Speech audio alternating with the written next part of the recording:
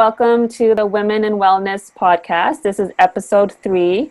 So last week, Dr. Mindy Peltz and Dr. Caitlin Sazowski and I, Dr. Sonia Jensen, we touched on weight loss. And the title of this podcast is Help, I Can't Lose Weight.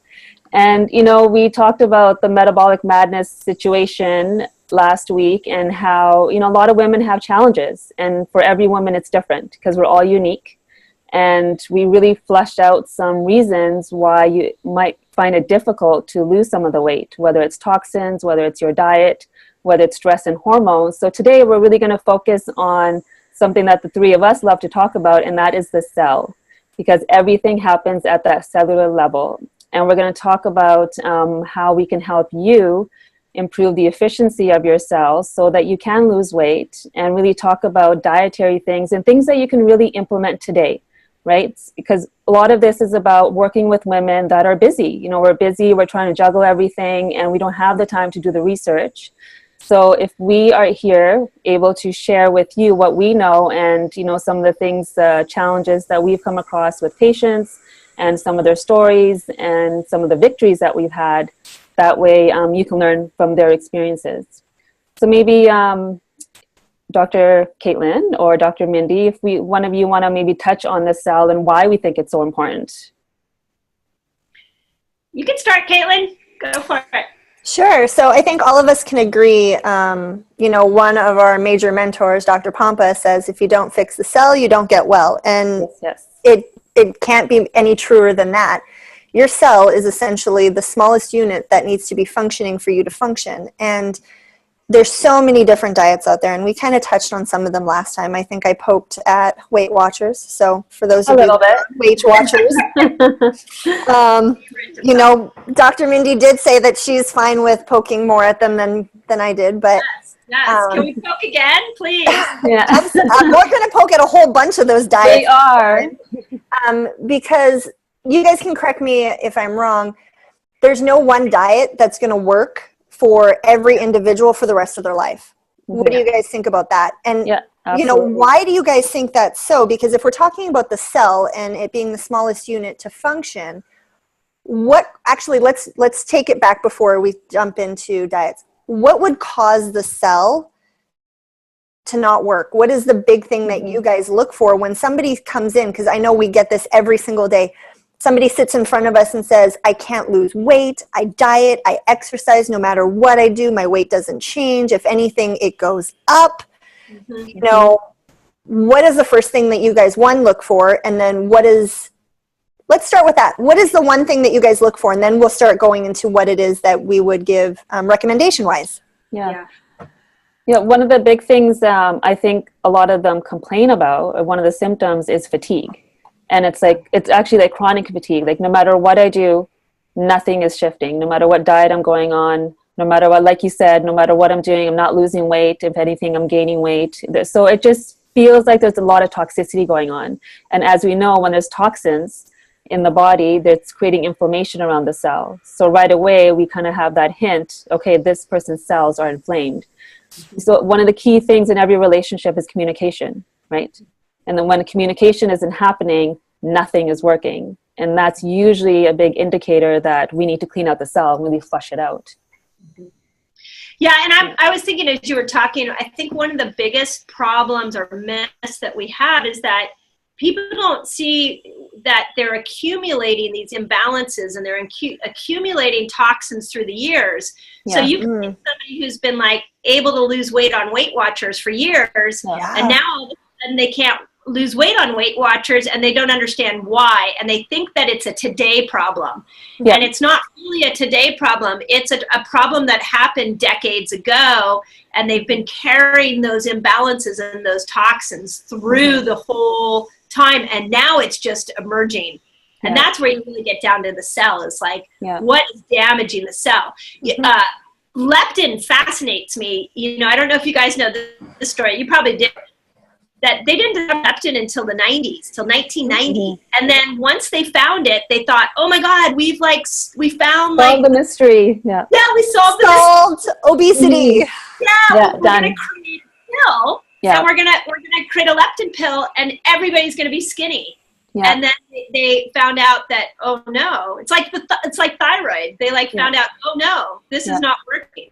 Yeah. Maybe define for the listeners what leptin is and what it actually does in the body. Yeah, so leptin is your fat storing hormone. It actually lives in your fat, and it sends messages up to your brain, and it says, hey, I'm down here, burn me for energy. I'm a great source of energy. But just like every other cell in the body, it gets blocked with receptor sites. And the brain, I love your thing about relationships and communication. I think that's every great relationship has to have communication. Well, every healthy body has to have communication. Mm-hmm. So when that receptor site gets blocked, now your brain and your fat, what fascinates me about leptin is that the brain literally doesn't know the fat's there. Mm-hmm. Yeah. And so you keep dieting, you keep cutting calories, and you keep gaining weight. And you're so frustrated because there's no communication between leptin and the hypothalamus. Yeah. And I think the most fascinating part, Dr. Mindy, about when you said you keep gaining weight, the reason your body does that is because the leptin is sending messages up to your brain saying, hey, hello, burn me, just like Dr. Mindy said, but your brain doesn't hear it. So your body goes, oh, we need more leptin, we need more fat to be louder so that the body will burn it. So how can we be louder? Well, we need more fat. Yeah. And that's why women... focus on women. Women store and gain weight over time, just like you said, despite certain diets or exercise programs working before.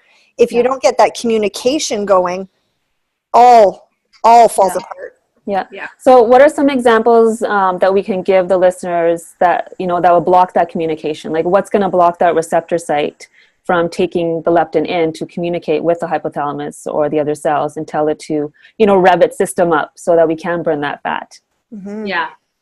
Well, I think diet's a great place to start. So we talk about toxins blocking leptin, and I know that you guys are also big fans of heavy metal detoxification. And we've had great results in our office getting people to lose weight with that. But, I think we when it comes to health, we always have to start with fundamental ideas, and what you're eating 6-7 times a day is you got to start there before you start to detox anything. Let's change that first. Yeah. Well, Dr. Caitlin gave the stat last time. What was it? You said American. I'm going to say North American, just to bring my Canadian brothers and sisters in this conversation. Because honestly, Canada and the United States aren't that different. No, we're not. From Canada. Yeah, that's Canadian, true. Just living south of the border. Yeah. So what they think on average, I'm pretty sure it's between 9 and 12 times is what they the average person thinks that they're snacking. Yeah. But in reality, I think it's somewhere around 18. Yeah. So, I heard it was 17 to 20. Yeah. Yeah. And so that's crazy. Every time that you put something in your mouth, your body's having to digest it and figure out what to do with it. Yeah. And so you have no other energy to put elsewhere to burn fat. Because why does your body have to burn fat if you're constantly putting fuel into yourself? It just doesn't work. Yeah. So you're exactly right. Yeah. Yeah, it's funny. That's 18 opportunities to toxify that receptor site. Yeah. That's a lot of opportunities. I like that you're calling it opportunities. That's a nice way to put it. It is a nice way to put it. So the opportunity to do the opposite. Yeah.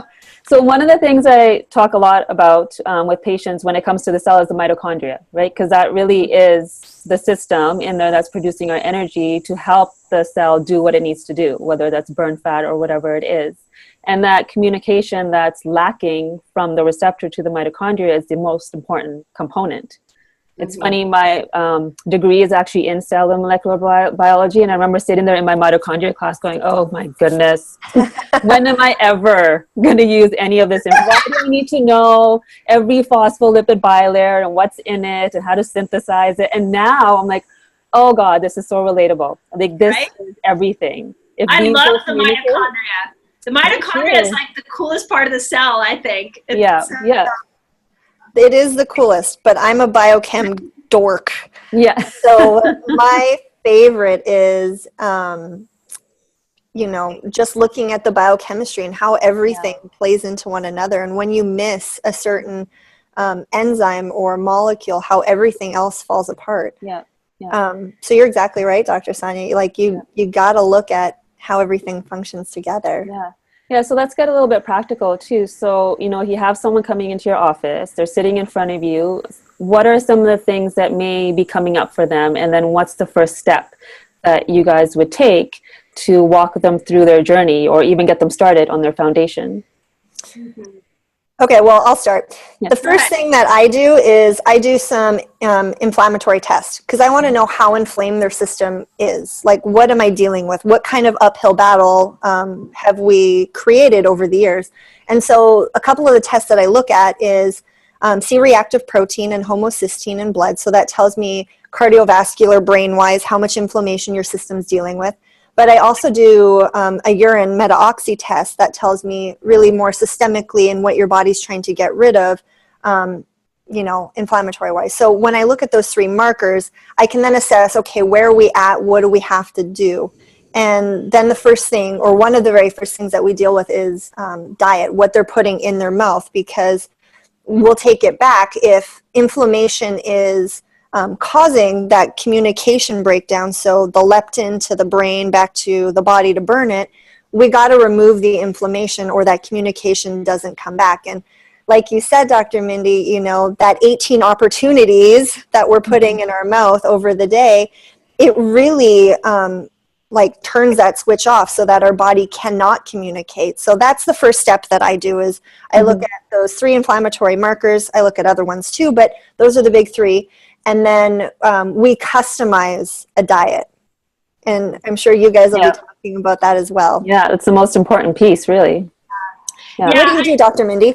Yeah, so similar to what you're doing, absolutely. I'm also such a fan of looking at a complete health history. I feel like I really love the first visit with somebody because I go all the way back to childhood and I'm like, okay, were you born by C-section? How many antibiotics did you have? What kind of house did you grow up in? I love knowing their mom's health and their grandma's health so that I can understand what toxins might have been brought down, because it's so telling of who's sitting in front of me and what kind of toxins, happened in the 40 whatever years they've been living. So I would say, yes, I love the test that you just said. And I love knowing just the journey that they've been on and connecting the dots for them. I know you and I mean, all three of us have been taught this by Dr. Pompa as well, is that people don't need a fancy diet. That's not going to solve the problem. They need to understand, why is their body behaving this way? Yeah. Why is it like this? So that's kind of my first step, is really understanding their journey. And then I like to kind of dive in and get a quick result so that they can get some motivation. So I have them start using Carb Manager on their phone. Have you guys ever used Carb Manager? No, but a few of my patients have been talking about it. Yeah, I really like it. I have them just write down a couple of days of food, and then they report back to me how many carbs they've been getting, how much protein they've been getting, and then I can look at what kind of fat they were getting. And that is it becomes this intuitive, introspective sort of self-discovery. Like when they show me a Carb Manager and it says 150 grams of carbs and 150 grams of protein.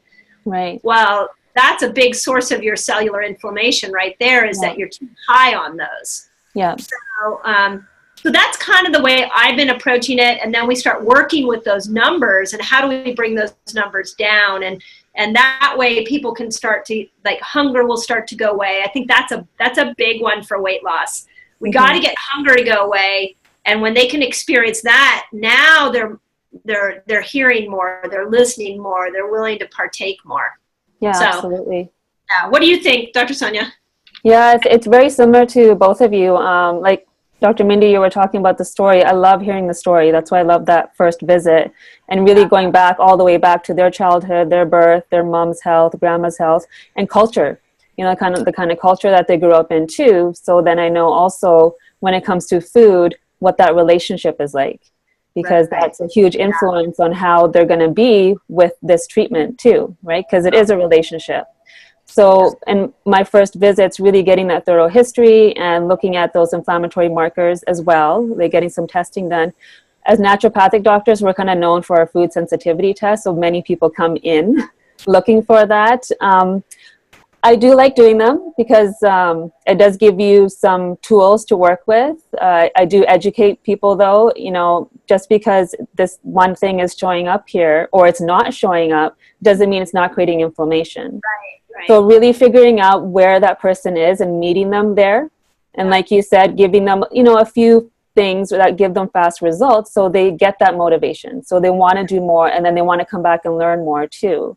So I go back to the basics. So in my first visit, I'll actually, you know, I'm like, tell me your day, like walk me through right when you wake up, what you're doing all the way to when you're going to bed and what are you eating? And then from that, I'll educate them. I'll even draw out a chart to say, okay, so every time you ate, I'll even predict before they even show me, right? And this is actually something I saw Nick doing, so I kind of copied him.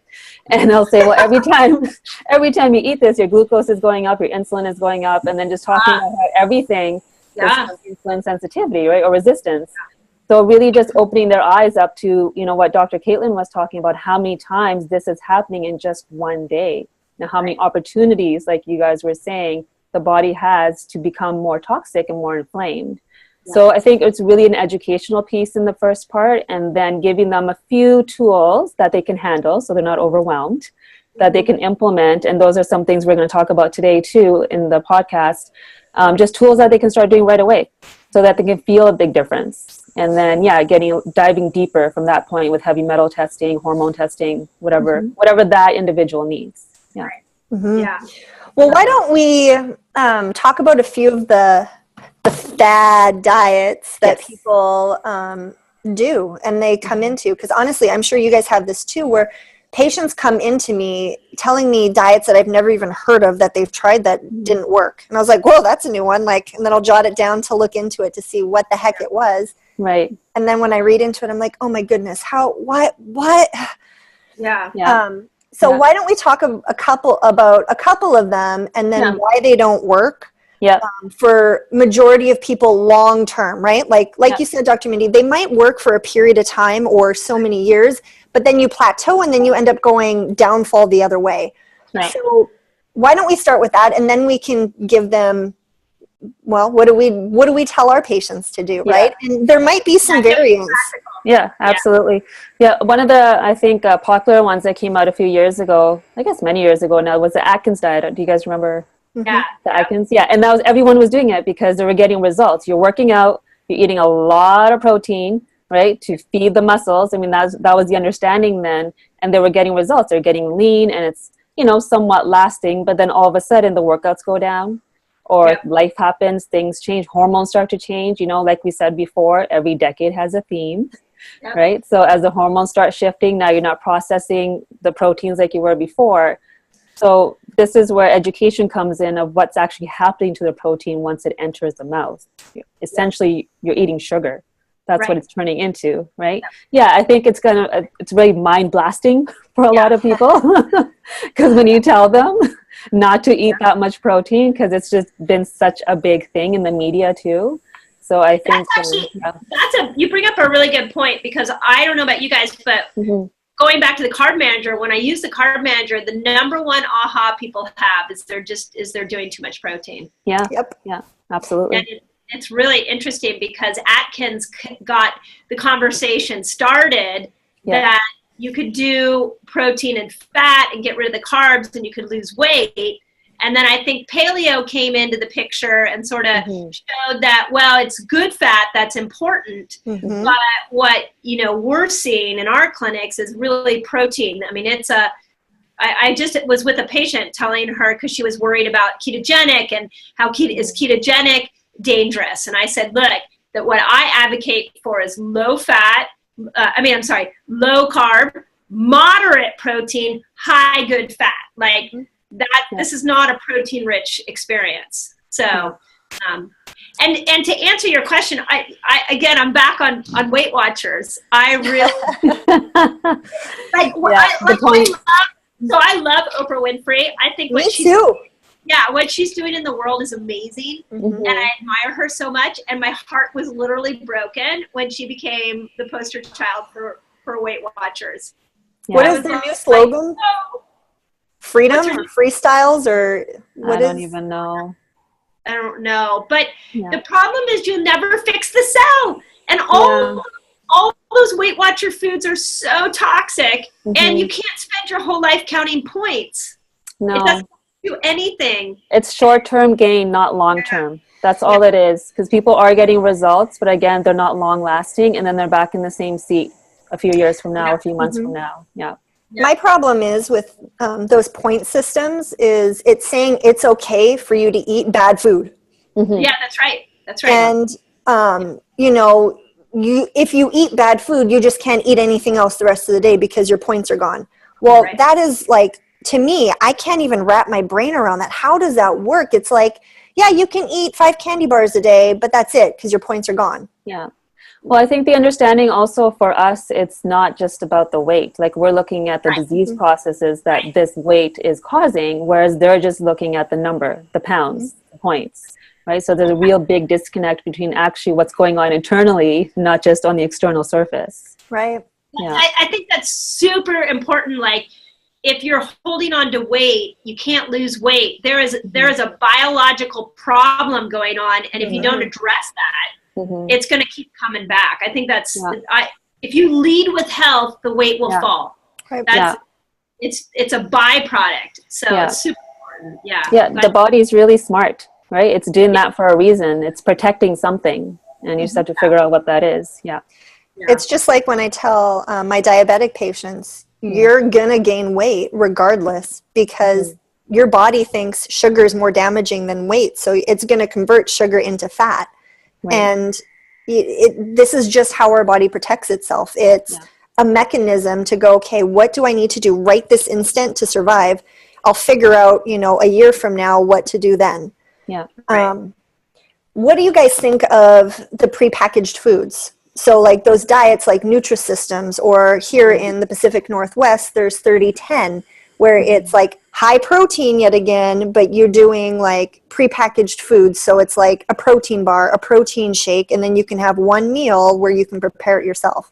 What do you guys think about those kinds of diets? It's all processed. Yeah. Like there's no nutritive essentials. It's not food. Yeah, and like we talked about the relationship with food. So now we're teaching someone that this is the way to go in order to lose the weight, to feel better. So what about after the program? 30 days after, then what? Well, there is no after. Yeah. That's the problem. Exactly. There's no change in the relationship with the food and the body. So the results are not going to last. I think that's my biggest problem with it. Yeah. Yeah. Totally agree. Totally agree. I just think you're not teaching people how to eat, which is, and I love the idea of your relationship with food. I don't know about you guys, but you know what I have found will teach you about your relationship with food more than anything is fasting. Yes, absolutely. It's like a mirror right there, and you see how you use food. And that doesn't mean everybody should jump into a block fast, but I mean, I grew up in a house where my mom was like, "Oh, you had a really hard day. Come here, let me cook you." And she would cook good food, but she definitely associated emotional soothing with eating. And being on this fasting journey, I've really catch myself in moments like if you do a block fast, it's like, "Ooh, I'm hurting right now. I'm not enjoying this, but I can't. The thing that allowed me to feel better, I'm not allowed to have." It's really interesting. Yeah. It's crazy. I don't know if you guys have noticed this, but when I'm doing block fast, because I've for the longest time done intermittent fasting without even knowing that I was doing intermittent fasting, because I've never been a breakfast person, never, ever, ever. And really breakfast is just breaking the fast, so it doesn't matter what time of day you do it. But when I do block fast, the craziest cravings come up, and it's food that I never eat, and I would never eat it because I don't really like it, or I know there's zero nutrition behind it. So like 2 fasts ago, I was craving Rice Krispie squares. Comfort. right? Maybe you had it when you were growing up. Yeah. I don't know. But this last time I was craving broccoli with dip. Interesting. My ability to eat spices went up in this last fast. Yeah. Yeah, it's funny because since having the kids, I was, my husband's Danish or half Danish. All of a sudden I wanted more pickles and olives and cheese, which, that's not part of my food realm at all growing up. And since this last fast, all of a sudden spices, and I can handle them. So it's interesting what it does to your palate for sure. Yeah. Yeah. Cool. Okay, so we kind of touched on why some of those other diets don't really work, and it's because you're not being taught what to do. Because truthfully, if you have to buy prepackaged food, how do you travel? Right. How do you go out to eat? How do you go to a friend's house? How do you do anything social if you're constantly having to rely on buying a prepackaged meal the rest of your life? And two, I don't think they taste that good. I personally haven't bought them, but I don't imagine them tasting that tasty. Yeah. You know what I think happens in those is that it just takes more discipline. It just takes extreme willpower and discipline, which I think what we're finding in our clinics is the way we teach weight loss is it actually doesn't take that much discipline because you're fixing the cell. Yeah, and also by adding the good, the body naturally, like I was saying, the palate starts to change and you start craving the good, right? So really, it goes back to that relationship piece again. Yeah. So, bringing it back to the cell and the influence on the cell and the inflammation and the cell slowing down and being sluggish and being one of the reasons why we're having trouble losing weight, what are some things that you would recommend then after you've had that first visit, you've done the testing to rev up that cell, to get it going and to get the communication going again? Yeah. Yeah, I mean, I'll jump in, and I would say the first thing that I like to do is get people to really lower their carbs or switch their carbs to a good carb and get it within the 50-gram range. So again, I work off Carb Manager a lot. So I think just having the mindset, and I think it's really important, especially as women, that you have a loving, playful experience with that. It's like, how close can you get to 50? I have a patient right now who's she was at 150, and then it took her a week to get down to 100, and then to get down to 90, and slowly it came down. But at the same time, to your question, is that adding all those good fats in. If you add those good fats in, A, your hunger stops, and B, your energy goes through the roof, and C, you start the healing process. So of that cell, I think those two things sort of need to happen. That's the way I see it. And then maybe the third would be intermittent fasting. Yeah, absolutely. Yeah, just going from the 18 snack days, 18 opportunities to shortening that. Yeah. I love what you said, Dr. Caitlin, about you naturally didn't want to do breakfast. Yeah. Yeah, breakfast is for a busy woman. I don't have time to make breakfast. It's overrated. Yeah, it's totally overrated. I feel like crap when I eat breakfast. I don't know about you guys. I just feel bogged down and lethargic. Yeah. It's funny. A lot of patients are like, "Thank you. I finally someone's given me permission to not eat breakfast." Because when you think about kids, we're always hounding them to have breakfast. And now, we've even backed off on the kids. It's funny. My son, hasn't been feeling well, and he's seen us fast and everything. So yesterday at lunchtime, all of a sudden he's like, "I'll just skip it." Oh, okay. Yeah. Dinner came. No, I'll skip dinner too. I'm like, okay. So are you fasting? Yep, I'm fasting. All right. You've been learning. Okay. Yeah. Hey, my son naturally does that too. He's 15. He just walks out the door without anything. And I asked him the other day, I was like, when do you first eat? And he's like, oh, we get a nutrition break at 10. So I'll eat that. And then my daughter was always frazzled in the morning. And then she finally just started intermittent fasting. Same thing. She's going, now she's doing dinner to dinners because it's so convenient. It's so convenient. Yeah. The one thing that I will, I guess, suggest is that for somebody that has a lot of health complications or a lot of health issues, not to jump into the dinner to dinner because one, it's really important to have somebody to walk you through it and supervise to make sure everything is going well. But two, it's really easy to get discouraged and just to be like, oh, that didn't work for me. And just be done with it and write it off. And that's really not how it should happen. Yeah. So if you just start by taking out the snacking, so everything that you put in your body other than water is considered a snack. And so just being mindful of how often you're putting food into you, or better yet, I don't know if you guys have the same problem, but my husband and I cannot communicate with my family, and they don't hear me well, but they'll listen to my husband, and his family will hear me better than when he's trying to explain the exact same thing. Right. So what I told my in-laws was, it's a window. It's an eating window. So if you eat 8 hours a day, you only get the 8 hours, but pick the 8 hours. It's not like you're going to eat from 7 a.m. to like 9 p.m. You're going to shorten that into whatever time frame fits your lifestyle. And that's probably the easiest way for people that I found to start cutting out some of the snacking. What do you guys think? Yeah, absolutely. I agree with you. I usually take their snacks out and then, just shorten the window too, even if it's an hour on this side, an hour on that side, to give them that experience. And they usually come back the next time saying, hey, that was really easy. Like, okay, well, now let's even take it a little bit further. Let's put another hour there on the end. And that seems to work really well. And it's a great first step for anyone to try on their own.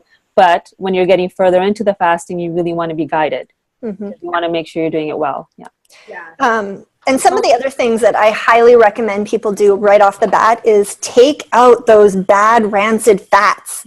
Like no vegetable oil, no canola oil, like that stuff is out. The oils that I allow, and you guys might have some different ones, it's coconut, it's avocado, and it's olive oil. So those are the three big ones that I say, look, this is what you do. And depending on what you're doing, you'll use the different ones. So I don't recommend cooking with olive oil just because of the low flash point. But you can cook with avocado oil if you don't like the flavor of coconut oil.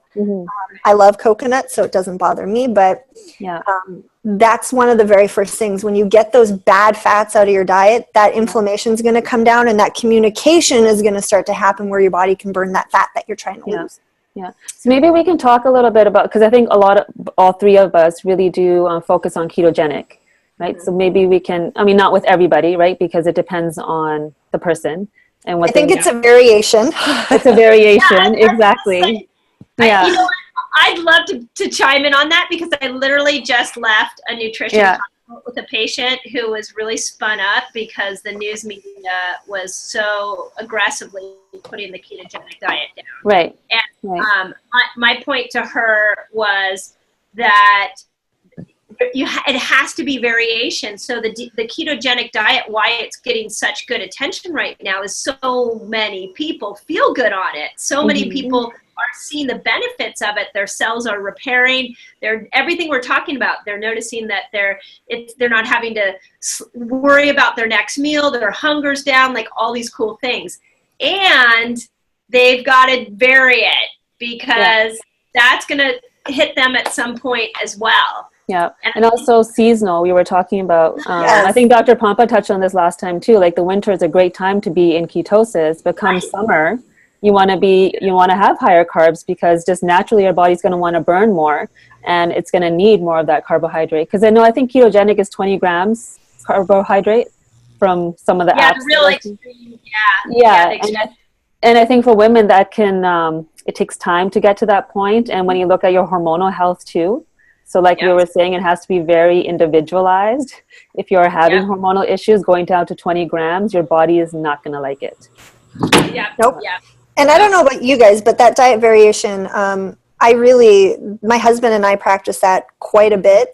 So in the Pacific Northwest, we have the most amazing berries in the spring and summer. And that's when we get our fruit. We really do not eat fruit otherwise. And so like fruit smoothies, or like having apples or oranges or things like that, like we very rarely have fruit in our house. But when it's in season and it's local, and I think that makes it easier too, when it's local, your body's going to be more used to burning it and using it. And so we really try and eat with what's in season. But that's something that people can try and play with. Go to your local farm markets, right? And you'll see exactly what it is that you can eat in that season. That's a good way to look at it.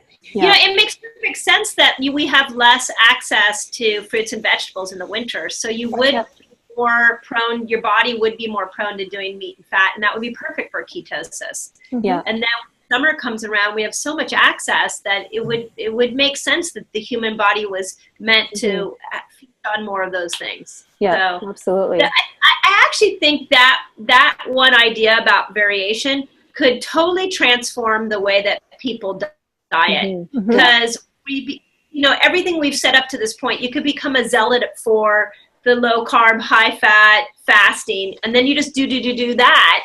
But you need to constantly be cycling it. I think that's such a point. I really resonate with that thought. Yeah, absolutely. Sorry, go ahead. No, go. I was going to say, unfortunately, we have such access to food. I mean, we can have mangoes in the winter, which we should not be eating, right? So we really have to be really conscious. Yeah, exactly. Yeah.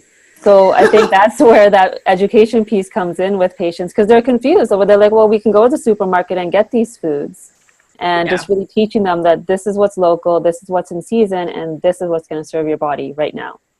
Yeah.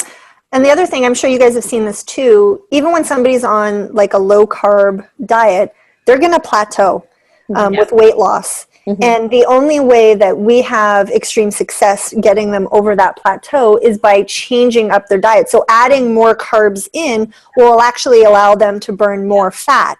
And so it's really changing it up and keeping your body guessing and doing different things that's going to allow you to progress throughout. And ultimately, the goal behind, I think, each and every one of us when we're working with somebody is to teach them what to do to maintain long-term health, right? Like, I don't want somebody to have to constantly rely on me to tell them what to eat, when to eat, how to do it. Like, I want them to start learning their body, their ebbs and flows, and figure out what works for them. Yeah, absolutely. I mean, that's our job, right? Doctor as a teacher. That's what it means. Right. And that's the best way to get that. When I put myself in the patient's shoes, that's frustrating. If you're like listening to this podcast for the first time and you're like, whoa, these are like so many out of the box theories. Like, where do I start? And I get it. Like, my heart goes out. Like, we're talking about things that are 180 degrees opposite of what the rest of the world is talking about. And yet, we talked about this in the beginning. Like, I feel like healthcare, we need to really look at customization or individualizing healthcare. That idea that if you have high blood pressure, so therefore you should take a high blood pressure medication and it fits everybody, that also is erroneous. And I have empathy for the patient. It's frustrating. I get it. Like, a lot of people want the pill. They want the turkey approach. But there's not. You have to empower yourself. You have to become your own advocate. You've got to learn. I mean, that's part of why we're doing this podcast, is to give tools to that busy woman to empower herself. Yeah, you have to choose it, right? You have to choose it and then commit to it. And what are some of the things, so other than switching fats, what are some of the things that you guys give patients when you say, okay, decrease your carbs? So they're decreasing their carbs. Do you want to talk a little bit about what type of carbs you're asking them to decrease, and then what to substitute that with, so that the listeners don't feel completely like, oh my God, what do I do here? Right. Well, looking at grains too, really decreasing your grains. I used to laugh because we're mostly vegetarian, and we would have like this bed of rice with like lentils and stuff on there and beans, and now the rice is gone. Now it's the beans with lots of vegetables. I mean, the vegetables are always there, but really replacing your grains, or, starting off slow, replacing the processed grains with whole grains, making sure, taking the simple steps. But if you're bringing your carbs down, bring down the grains, bring up the veggies. That's usually what I say. Yeah. Yeah. Yeah. And pull out that container of ghee and put that thing on top. Exactly. I'm with you, Dr. Mindy. That ghee with the pink Himalayan salt. Oh my God. I literally take scoops of it. My favorite is I actually take raw cashew nut butter, and then I take that and I go to the ghee and I do that. I can't eat ghee like that. I grew up with ghee, and I can't have it a spoonful. I can have it on my veggies, melted and everything, but not in spoonfuls. Yeah. I love it. I love it. Okay, so Dr. Sonia, you're just asking your patients to replace grains with more vegetables. Yes, and then adding the fats in. So adding more fats, making sure you're getting those. So you're actually satiated when you're having your meals. Mm-hmm. And then, Dr. Mindy, what is the suggestion that you do for patients? Like, how do you tell them to decrease their carb load? Yeah, so I very similar, but I got to tell you again, I know I sound like a broken record, but I go back to that Carb Manager because I want them to experience for themselves. So, for example, an apple's 17 grams of carbohydrates. If they're absolutely in love with an apple, then okay, I try to keep you under 50, so just factor that in so that there's some flexibility. I also am having people test their blood sugar. So I have them do the Keto Mojo or the Precision Reader, and then we kind of see. So if they're like, I love apples, I'm going to have one every day, and then they're testing their blood sugar and their blood sugar is still high, then we're going to talk about the apple. Yeah. But I feel like it's self-discovery. How do you want to use those 50 grams? I would not. And having said that, there's some absolutes like grains. You got to cut grains out. I agree with Dr. Sonia there. But as far as fruits and vegetables, quinoa. I was curious if you do quinoa, Dr. Sonia. I don't anymore. I kind of go back and forth with it, but with patients who are kind of desperate to have something, that's one of the ones that I'll allow. And I'll say, okay, if you're used to having grains 3 times a day or more, let's bring it down to 1. And then when it's going to be once every other day, then we're taking it to once a week, like so slowly. It's like a withdrawal system, right? So it works exactly. Before you know it, Exactly. You don't even miss it anymore. Yeah. Well, and grains are an addiction. Like it is seriously an addiction. Yeah. And so that's probably the hardest thing when I tell people, I want you to reduce your carbs. They go, oh, my bread.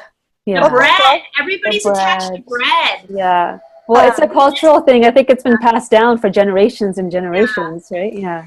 Mm-hmm. I actually don't miss bread. I was a huge bread eater. I loved bread. And I don't miss it anymore. And I think it's because of what you're saying, where if you slowly make a change, all of a sudden you just stop craving it. Yeah. Well, then the food doesn't control you. You control the food, right? It's really about changing that. Mm-hmm. See, I was never a bread person. I was more of a pasta person because being a endurance athlete, you got a carb load. Right. Carb load before you do. Absolutely. So, now, my husband being from Chicago, the pizza and the pasta and like the Italian food, and we still have lasagna. We just don't have it with noodles, or if we do have it with noodles, it's made with almond flour noodles. Right. So there's other alternatives, but still the alternatives you still got to be careful with because they're going to be higher in those carbohydrates. And if your goal is to reduce your carbs, you can make an amazing lasagna with like different squashes sliced butternut squash. Zucchini, summer squash. There's all sorts of different ways to eat it. Yeah. You just gave me a good idea. I think we should put in our Facebook group. We should post some of the alternatives because I think that's a tough one for people to understand. It's very tough. If we can each post what we're doing for grain, because that's really the hardest one, I think. Yeah, absolutely. So to close, what's a take-home tip? Like, what is it something that they can do today to get started on their journey with, revving up that cell and bringing that inflammation down? Go ahead, Dr. Caitlin. Okay, so my big thing is just changing the fats. If you can change the fats that you're using, the oils that you're cooking with, that's going to make a huge difference with your cellular inflammation. And it's going to allow that communication to start between your brain and the rest of your body. Then the other things, because that's an easy change, the other things will come into place. Yeah, absolutely. And Dr. Mindy? Yeah, I was going to show my app. I'm going to say Carb Manager. Yeah. I am. That's the take home today. I'm a little bit into my tech. Yeah. But Carb Manager, I was going to show the picture of it. I can't get it. But if I was listening to this podcast and this was totally like brand new information, I would literally download Carb Manager and I would track everything that I ate today. Yeah. And then I would look at it and I would, the ratios I give people are stay under 50 grams of carbs, stay under 50 grams of protein, and keep your good fat over 60%. Yeah. Fantastic. And if you just track that would be really, I think, insightful. Yeah, no, that's a great one. And mine really would be with the grains. If you're eating them 3 times a day, bring it down to 1. If you're eating it a few times a week, bring it down to once a week. So start there, and then let's slowly start to withdraw from the grains as much as we can, and bring those veggies up to replace it. Yeah. And I just want to tag on to something Dr. Sonia said. Just because, like the gluten-free grain, that kind of thing, gluten-free does not mean healthy. No, So just because you're substituting, a whole episode on that. Yeah. maybe we can do that either next one or the one after. Because it's so important, so important. Yeah. I think that's a great idea. Maybe our next episode is talking about the substitutes and the ones that people assume are healthy, with the grains, the gluten-free, and even the dairy-free, right? Yeah. Yes. Yeah. So I think that would be a great one. Yeah, I know you guys have had this. I've had so many people come in and they're like, I'm gluten-free. And then you look at their diet, their eating, you're like, oh no. It's all sugar and xanthan gum everywhere. Gluten-free Carrageen, Yeah. Great. Well, great. Yeah. Looking forward to our next talk. So we will see you next week then. Okay. Bye. Bye.